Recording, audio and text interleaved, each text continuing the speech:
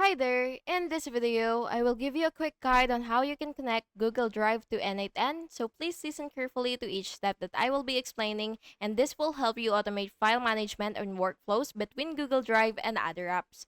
So first, you will have to log into your n8n account and make sure to create a new workflow and add a Google Drive node from the nodes panel. So make sure that you have your account ready and all set up so that you will be able to do these steps. So after you add your Google Drive node from the nodes panel, you will click create new credentials, and then you will sign into your Google account and allow n8n to access your drive.